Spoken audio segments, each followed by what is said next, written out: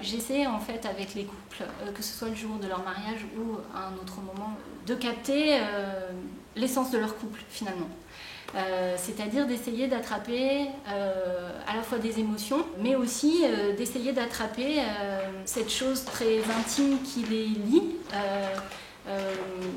qui ne m'appartient pas du tout, que je ne connais pas, que je découvre et que je vais leur laisser, et d'essayer de trouver une juste distance, qui n'est pas toujours facile, mais d'être là comme témoin d'une chose qui se passe entre eux, de ne pas interférer dedans, mais en même temps en étant quand même présente pour faire des images. Donc c'est une alchimie qui n'est pas toujours facile à trouver, mais dans le cadre d'une journée de mariage, ça se passe finalement de façon assez fluide, puisque je suis avec eux depuis les préparatifs le matin, donc je me rends invisible, j'essaie d'être là avec la plus grande bienveillance et la plus grande discrétion, et donc je me suis rendu compte au fil des mariages qu'il y avait une vraie demande de photos de couples un peu différentes, peut-être moins traditionnelles, plus sensibles, et je me suis rendu compte que c'est quelque chose qui me plaisait beaucoup. Je vais toujours vers des espaces assez dépouillés, et effectivement, j'aime assez quand il y a des structures, alors qu'elles soient architecturales ou métalliques, comme sur un ancien pont de chemin de fer, qui là, pour le coup, est vraiment un enchevêtrement de lignes, mais très structuré, avec une mise en perspective. Ou bien encore des éléments très urbains comme cette grande grue de l'île de Nantes. Mais ça peut être aussi un élément de la nature fort, ça peut être un arbre, un grand arbre très présent. Et c'est comme un appui pour la composition de l'image, c'est comme un accessoire pour le couple, même si ce n'est pas l'objet de la photographie. C'est-à-dire que c'est plutôt comment composer et créer un cadre qui sera une aire de jeu. C'est-à-dire qu'une fois que j'ai déterminé l'espace dans lequel ça va se passer, je leur laisse, je ne les dirige pas du tout en fait. Et moi je tourne autour, c'est-à-dire qu'une fois que j'ai déterminé moi-même mon aire de jeu finalement, c'est là que mon travail d'image va commencer. Comment arriver à photographier les sentiments entre deux personnes? C'est un challenge quand même assez important.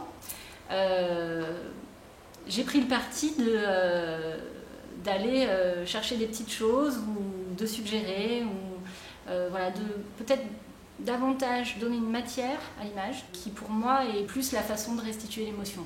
Où finalement je crois que ce qui m'intéresse dans mon travail artistique personnel surtout, c'est qu'on n'identifie pas immédiatement de quoi il s'agit. Mais en même temps, je pense que c'est une façon de restituer l'émotion. Je trouve que moins on en voit, et plus on voit l'émotion et la sensibilité en fait. Et voilà. En général, les personnes qui viennent à moi sont des gens qui ont vu mon travail sur mon site internet, par exemple, et qui ont apprécié les images. Donc, je suppose qu'ils ont eu un ressenti par rapport à ça et qui se sont déjà projetés dans une envie d'avoir ce type d'image d'eux-mêmes. Mais je pense que les personnes s'attendent à quelque chose et que cette chose-là est encore bien au-delà de ce qu'ils attendaient quand ils se découvrent eux-mêmes dans ces images qu'ils attendent. C'est-à-dire que s'ajoute à un type d'image qu'ils aiment bien, on va dire, la restitution de cette émotion énorme d'une journée de mariage, par exemple. Il y a vraiment quelque chose qui est de l'ordre de l'impalpable, en fait, que je ne sais pas expliquer, de capter quelque chose et d'arriver, je ne sais pas comment, et c'est toute moi, ma fascination pour l'image, elle est là en fait, l'instant décisif comme on dit souvent, mais d'arriver, pourquoi j'appuie à ce moment-là, je ne sais pas. C'est le moteur interne qui fait que je vois quelque chose m'interpelle et c'est à ce moment-là qu'il faut appuyer et pas un autre en fait. Et sans doute que c'était le moment juste puisque les personnes le voient en regardant les images. Sur la question de savoir qu'est-ce que je renvoie au couple d'eux-mêmes, il y a une chose qui m'amuse souvent, c'est que les personnes en général viennent me voir en me disant « Alors Delphine, je ne suis pas du tout photogénique. J'aime pas qu'on me prenne en photo, je déteste ça. » Et puis alors les mariés souvent me disent « Je suis vraiment pas belle en photo. » Donc moi en général j'ai un petit sourire en me disant « Vous inquiétez pas ». Et ça n'y coupe pas, c'est-à-dire que régulièrement les personnes me disent je me suis jamais trouvée aussi belle. Moi mon travail en amont il est d'arriver à les cerner un petit peu, donc c'est important de les rencontrer pour commencer à moi-même me raconter un peu mon histoire et puis faire en sorte que sur cette séance il se passe des choses en fait. Et où je pense que peut-être simplement d'arriver à retranscrire l'amour qu'ils se portent, leur complicité ou des moments, des éclats de rire ou des choses comme ça, va sublimer ou faire oublier tous les petits complexes, les petits défauts que les personnes peuvent avoir et tout jugement en fait qu'ils portent sur eux-mêmes finalement.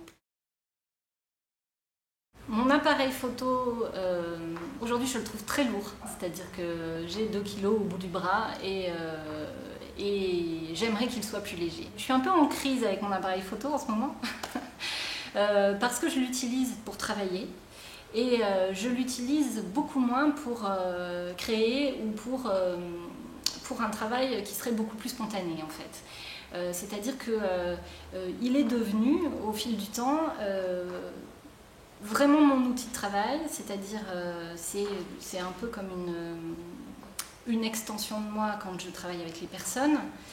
Alors c'est un filtre aussi, mais on dirait que c'est comme s'il n'y en avait pas, donc il est lourd, mais donc il sait se faire oublier.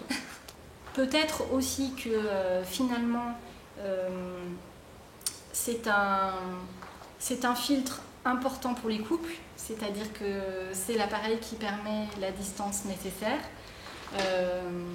Le lien affectif, il est entre eux, et moi je reste extérieure puisque entre nous il y a mon appareil. Ça, il y a peut-être quelque chose qui joue effectivement avec ça. Donc il est possible qu'avec un appareil plus petit, ça joue moins. Mais voilà,